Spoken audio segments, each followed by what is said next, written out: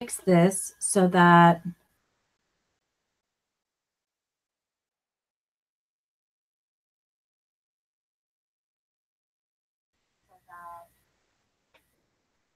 all right, this is coming on here.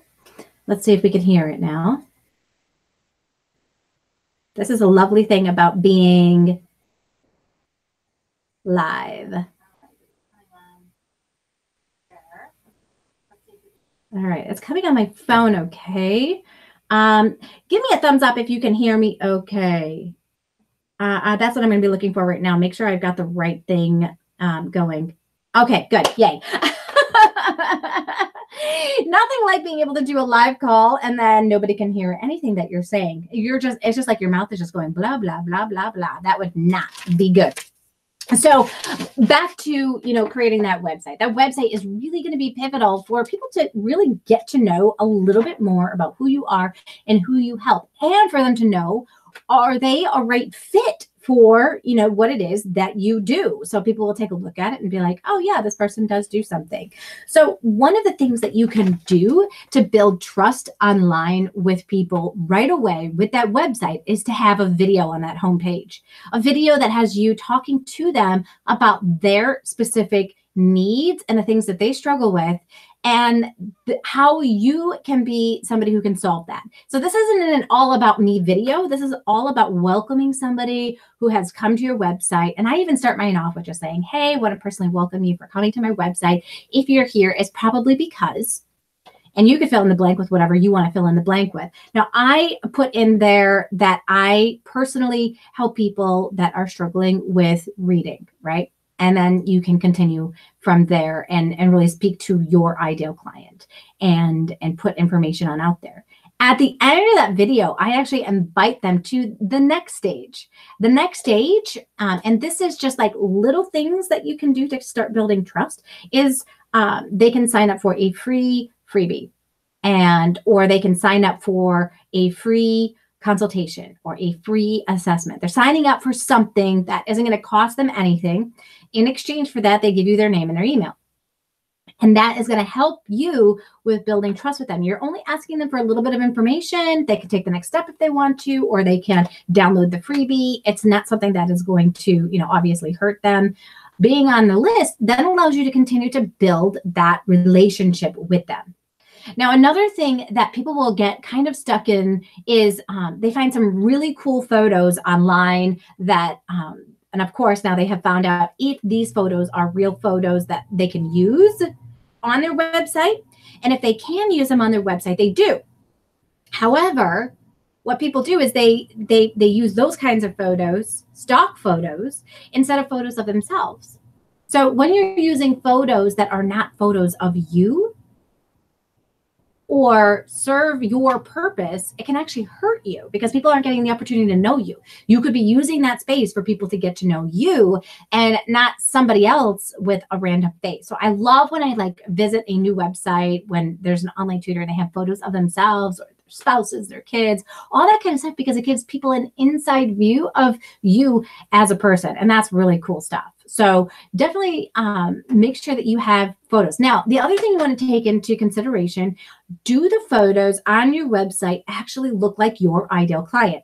Some people will find photos of high school students, but they work with elementary students, or they work with high school students and they have photos of elementary students. So you want to make sure that your photos actually align with your ideal client if you're using any of those kinds of photos. The other way that you can start building trust online is to use stories on your website. So think about, different stories that you can tell. Now you can use a blog on your website to be able to tell these stories on there, or you could use it in your about page, like how you got started.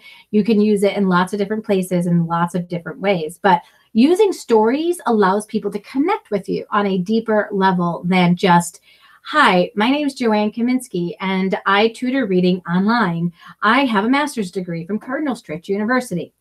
Nobody cares about that information.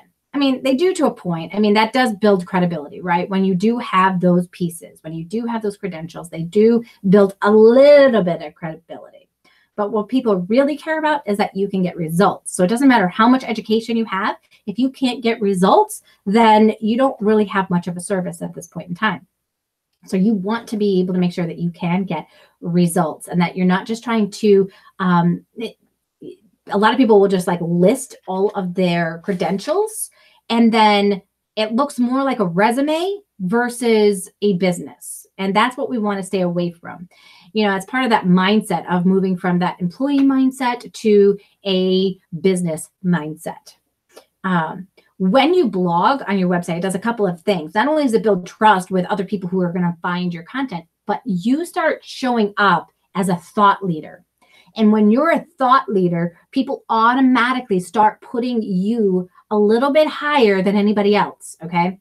So think about it this way. If I were to tell you, oh, I've written 8 books, where does that put me in stance with somebody else that is another online tutor, right? You think, oh my gosh, she's an author. All of a sudden, that expertness comes on out, right? And you start thinking, same thing with blogging. People are like, oh, you have a blog? That's so cool. I want to check it out.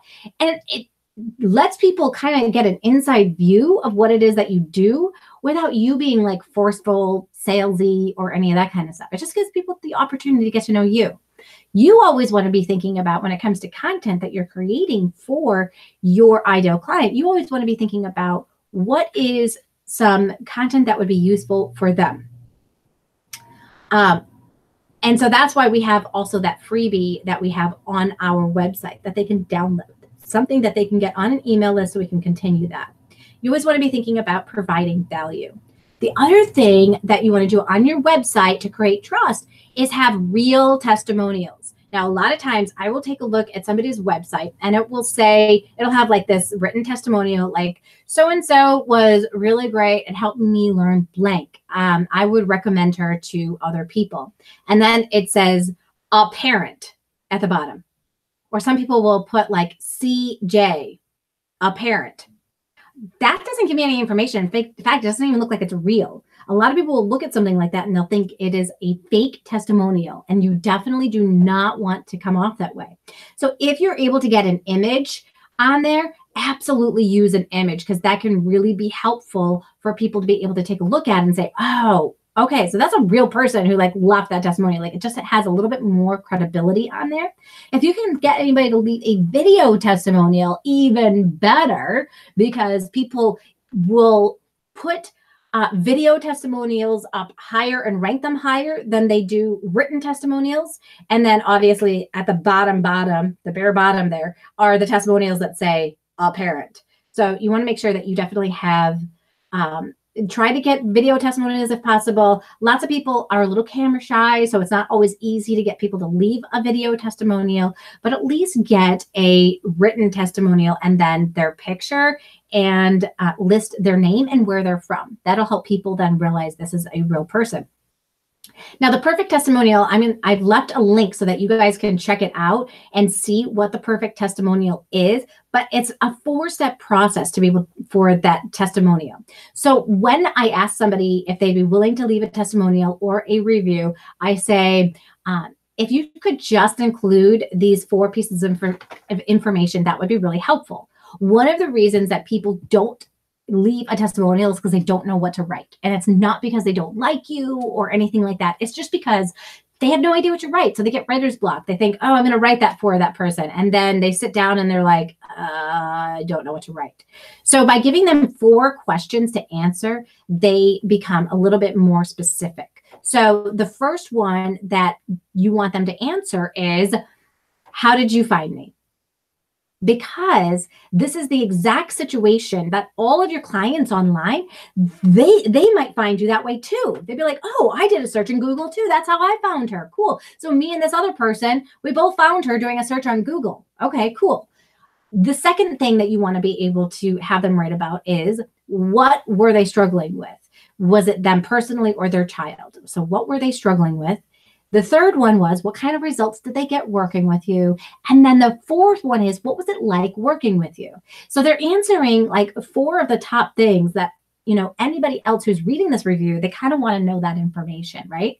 They want to know what it's going to be like to work with you. They want to know what kind of results you're going to get. They want to know, that's the information that they really want to know. They don't want to know that you're really, really super nice, right? They don't really care about that kind of stuff. What they really care about is, are you able to get results, and what kind of results could I get if I started working with you? Now, before we were talking about in a blog, like you can actually blow up people's stories, right? And you can start writing about, success stories and blog posts and all of that kind of stuff. So you can tell more of somebody's story and the success that they have had. The other thing that you can do is to make sure, if you want to build trust with your clients, make sure your website starts with HTTPS. Especially if you are collecting any kind of credit card information. And the reason why is because that means the S stands for secure. It means that your site is secure. And that's what people are looking for online. They're looking for security. So if you have that HTTPS automatically up in that top bar, that is going to help them feel more secure with putting their credit card into the computer if they need to pay for your services or anything like that. So that is huge, you guys, when it comes to building trust, right? That one little letter in the URL. Now, inside of Wix, I had to personally turn that on. I had somebody tell me, like, Joanne, like, your site's not secure. And I was like, what? Really?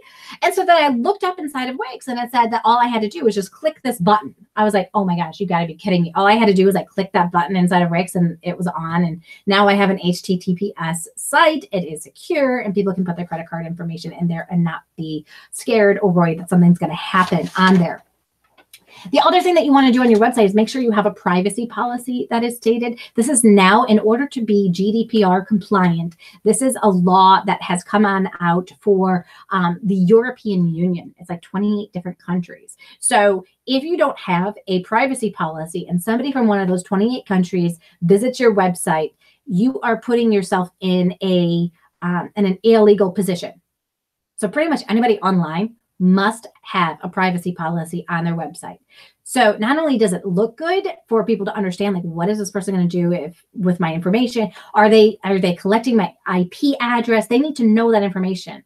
So you need to let them know if you are using cookies, if you are doing any of those kinds of things where their information could possibly get shared with other people. You want them to feel comfortable. The other thing, and lots of people don't like to do this online because they feel like if they do this, that they're going to be getting a whole bunch of spam calls. They're going to, I don't know, just have random people do weird things with their information themselves. But putting your phone number and your address on your website builds trust with other people. Now, I know a lot of people out there are going to feel a little funky about that. They're like, oh, I don't know. But how can somebody call you if you don't have your phone number on there, right? If somebody has a problem, they can use the contact page to contact you and find out more information.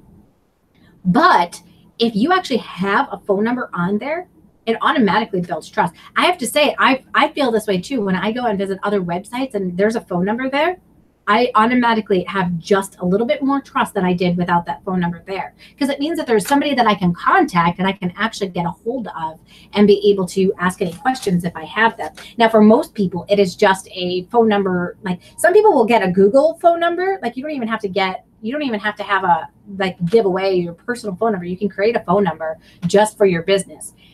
The problem I have is I'm not very good at checking 5 million different places to find information from people. So I keep things simple for myself. So I do just put my regular phone number on there so that people can contact me with any questions that they have, and I can, direct them or help them in the best way that is possible. I'm running a business, so I definitely want to make sure that I am looking like I am running a business, and that's what businesses do, right? They give their phone number. So if you want to have a separate phone for that, you could do that. If you want to create it through Google, you can do that as well. But those are definitely some things that will help you be able to stand out. Another thing that will help you stand out is if you have won any awards. Have you won any awards? Like, I give away the Tutorpreneur Hero Award, and lots of tutors will put that, when they receive that award, they put that onto the website. That also helps build trust and credibility with people so that they can, that they want to, like, move forward with them. It is important that no matter what you do, that you are constantly staying authentic to who you are, and you're responding to people professionally. So all of those things put into place are going to help you build more trust with your ideal client. Now, one of the things that is not going to build trust is if you try to copy somebody else's website word for word, or do something sneaky like that. Other people are not going to feel really good if they visit your website and they visit the other person's website. Both of you don't end up looking very good. So while you can use similar kind of information, don't try to just replicate somebody's website and make it look like your own. You want to be authentic in everything that it is that you do, from your video to your freebie to the information you have on there. Everything really speaks about who you are, and that's going to help build trust with them. Now, the next step for really building that credibility online is to have an online presence. And I talk to lots of people. They're like, oh, yeah, I totally have an online presence. And then I Google their name. And I'm like, oh, I didn't find them. Or I Google what they do and I don't find them. So that's not an online presence, right? An online presence means that when I type in your name, I'm able to find you. Lots of people like to do research about the tutor that they are going to be hiring beforehand. So this is all done. Think about what you would do, right? Think about the steps that you would take if you were to hire somebody online. Would you research them? Most likely, yes. So that's what other people are doing as well. They're not just trusting the information that they find right off the gate from your website. They then are going to continue to research you and find information. So if you are featured on other blogs, you're featured on other podcasts, they'll find that information because you have created what is called a ubiquitous footprint online. So people are able to track you, find more information about you, and get to know you even further. So I always tell people, pick an area that you want to start with, whether it be YouTube or your blog or podcasting. Choose one of those areas that's going to be your go-to medium. And what I tell people is, if you feel like writing is your best thing, cool, go with that. If you feel like you're a really good speaker, but you hate being on camera, go with podcasting. If you feel like you're really great on camera and you're great at speaking, go with YouTube. That's going to be your go-to place. That's where you're the most natural. And there are going to be people that will find you through any of those mediums. That doesn't mean that you don't try and put your foot into some of the other mediums. You might try to put your foot into those other areas by getting in front of other people who have audiences with your ideal client. So you want to do some research and find out, okay, who has clients that are like mine? And do they have, a podcast or a YouTube channel or a blog? Would I be able to add anything that they could benefit from by being a guest on their channel or on their podcast, or on write a blog post that would benefit their readers? Because that will all then lead to more people finding out who you are. It builds trust because you are now connected with that person that you already did connect with, and it looks really, really good. So you want to get in front of as many of those kinds of opportunities as you possibly can. And the other thing, lots of people will be like, oh, well, I have my social media profiles all set up and ready to go and all of that, but they don't really have anybody following them or anything like that. So when people find them using social media, it doesn't really show much information there for people to learn more about. So make sure to fill out your profile completely and on all of the social media outlets. So LinkedIn is huge. LinkedIn will show up on the #1 page when your name comes on up. So you want to make sure that you fill that out 100%.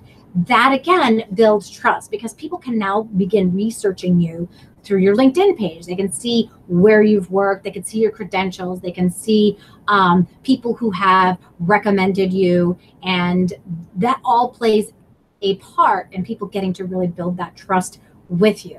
And I don't know about you, but when I am on social media like Facebook and somebody has a filled out profile on there, I just feel more comfortable. When people have nothing filled out, I got to tell you, I kind of get that kind of feeling inside of my head. Is this person shady? I then start looking at, well, how long have they had an account? I don't know, my be wary of this person radar goes up. And you want to make that radar go as low as possible. You don't want people's radar to be going on up or red flags for them going on up at all, because you want to be able to work with people all over the world. What are some things, what are some of the social media websites that you guys are on that you are currently using? We've got Elaine here. Hello, Elaine. Glad to have you as part of our YouTube live today. Super awesome. Elaine is from Ireland, so it is pretty late on over there as she's joining us. But hopefully everybody is feeling better in the Elaine household, because I heard you guys were all sick and things were not going so well. So, and it can be tough when you're running your own business and you get sick and you're the mom, so you got to take care of everybody else. And that's some pretty rough stuff. And she's got 6 kids, you guys. So crazy stuff. So what kinds of social media are you guys currently involved in online?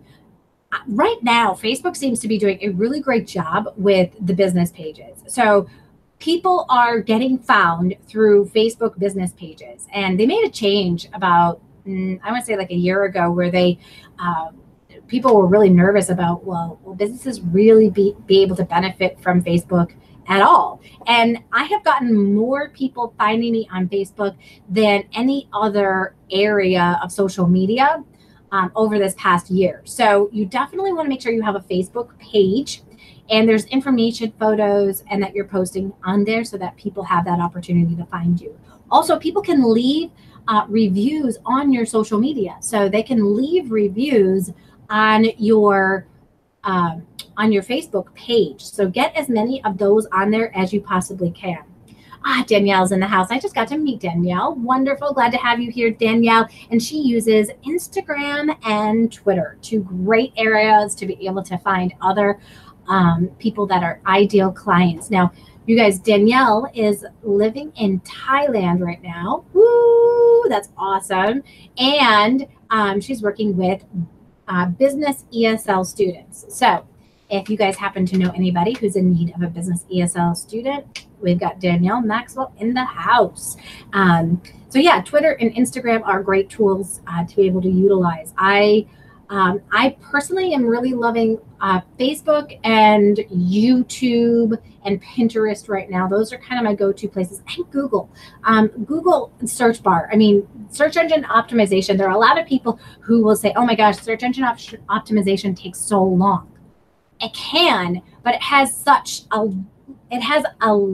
lifestyle and a length that the time that you spend working on the SEO will benefit you long down the road because you're creating that footprint. So I absolutely love Google for that. You can also get a Google business page. So if you go to Google My Business, you can set that all on up, put your website on in there, and you can create a Google My Business website. And then, not website, but a presence. And so when mine comes on up, there's like a big thing on the right-hand corner. If people in my area type in reading tutor, I come on up with a big image of me and information about my business.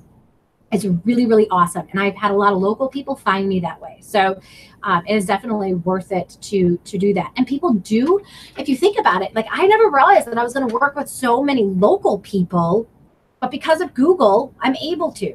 I work with them online as well. I don't work with them in person. They certainly could come to my house if they wanted to. I do have a couple students once in a while that I work with here, but all of my students right now, 100% of my students right now are online, even though I have about 30% of my students local. Isn't that interesting? That even my local students are going online, but they've built that trust already with me and they're like, okay, she's local. So they have like being local actually has a built-in trust barometer on there, doesn't it? So when you're local, people just automatically, you get like, think about it as points, right? For each little one of these things I'm talking about, you get like one little point added on there. And being local is one of those things that you get like an extra like check. Okay, she's local. I just trust her more. So there's some really good things with that. The other thing with social media is whatever you choose to do with social media, be consistent. I know that you guys can't be present absolutely everywhere on social media, neither can I. It absolutely cannot happen. So you want to make sure that you are being as consistent as you can with whatever tools that you are particularly using.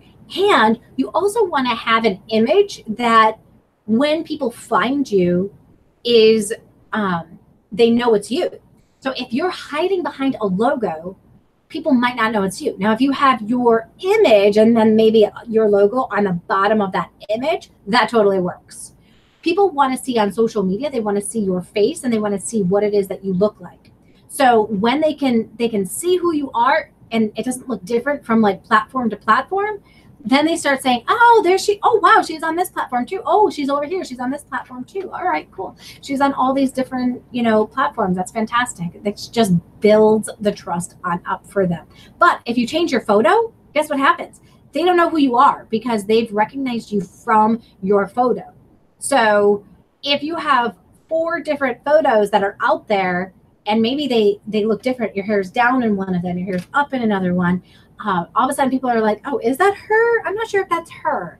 So having the same photo as your social media profile photo of yourself is going to build trust. And again, a photo of you versus just a logo is going to count more for building trust than just a logo. When I see a logo, I think big company.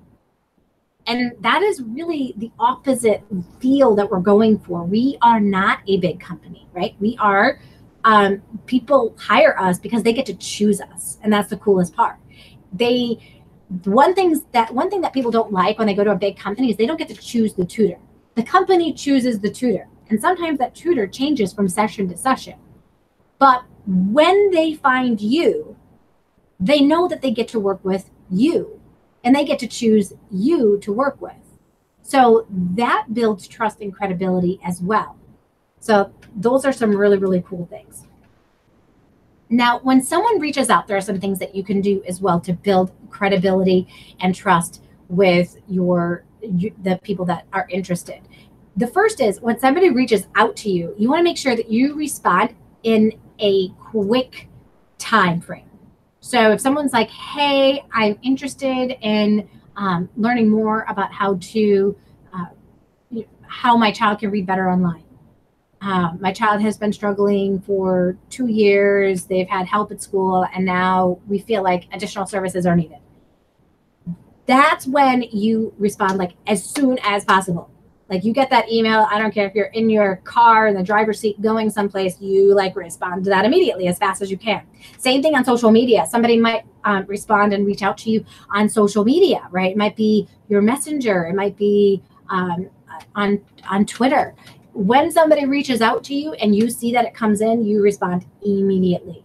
That's really good too, to get in the habit of checking those resources and where they are putting those kinds of responses. So I have to go to my Facebook page, I have to go to my mail and take a look to see, has anybody, any new pieces of information there that I need to respond to.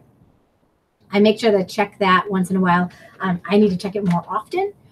I know that when I respond quickly, let's say that somebody like messages me and I like respond to them in like 10 minutes, they're like, holy cow, that was fast. Thank you. They're always very appreciative of that. And it automatically like builds you up in trust and credibility.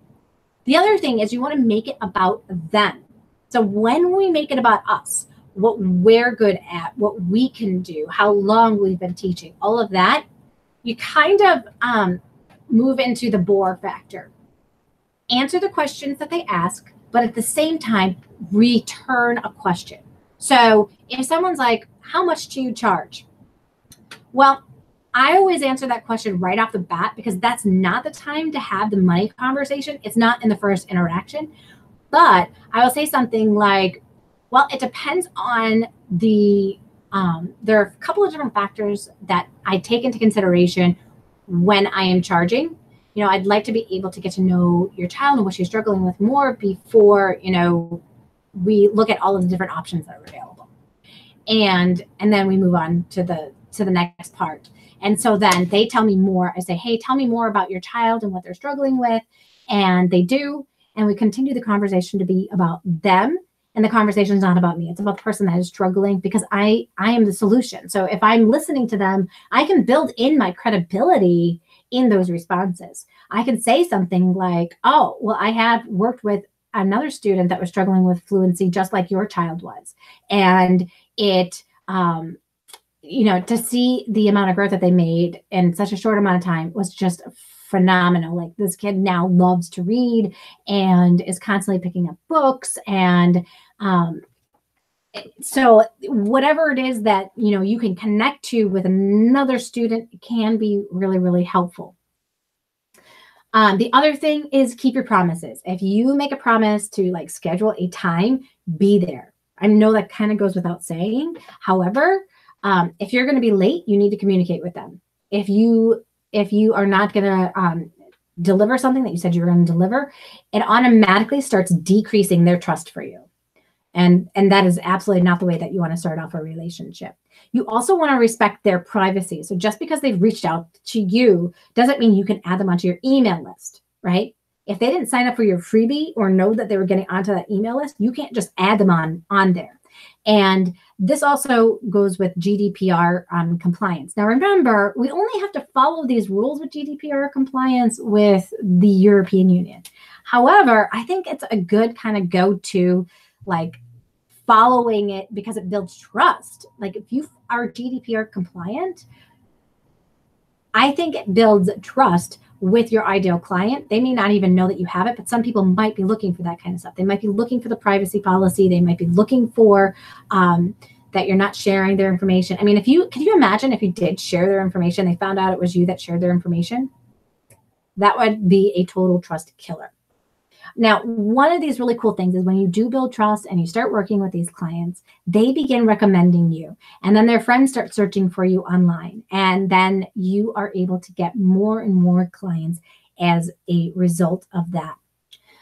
The last thing that you can do to really build trust with your ideal client is use trusted payment services. If you use a payment service that nobody has heard of, they don't feel comfortable with that. A lot of people don't. So have a couple of different payment services that you utilize. I personally don't like bank-to-bank transfers. That scares me, like somebody having access to my bank account or any of that kind of stuff. So I don't like doing any of that kind of stuff. But I have utilized Stripe and PayPal.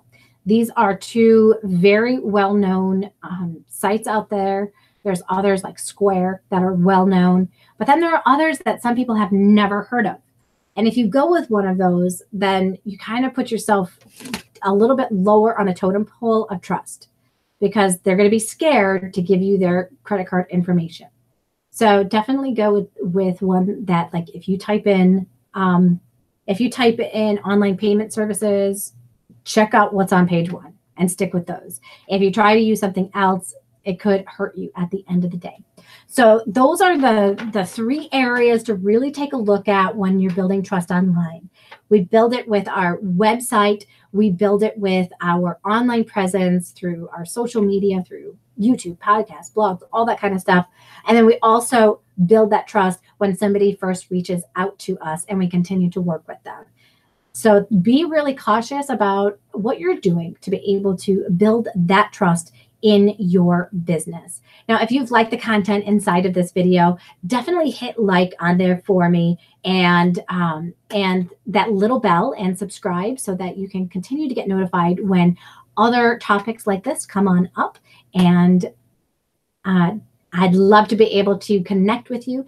I do have a freebie. I have a how to get online tutoring students, 3 secrets to getting online tutoring students that you can join me for. I have a call that's going to be happening today, and I have another one that will be happening on Tuesday. So check that out and see if there's a time that works for you. I'd love to be able to connect with you on that free webinar. It was great being able to hang out with you guys today, and enjoy the rest of your day. Bye, everyone.